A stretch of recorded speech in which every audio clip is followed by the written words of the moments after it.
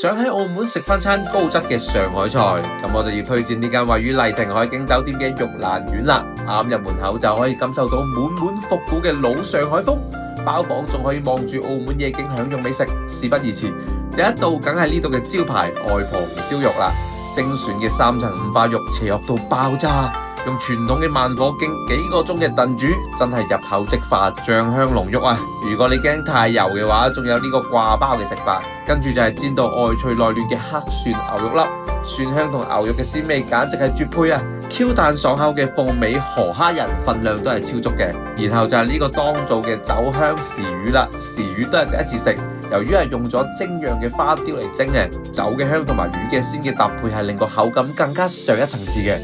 最後再嚟多個煎到金黃酥脆嘅經典蔥油餅做主食，呢一餐都可以講相當之滿足啊！想試下精緻嘅上海菜，真心可以過嚟呢間玉蘭苑試一試啊！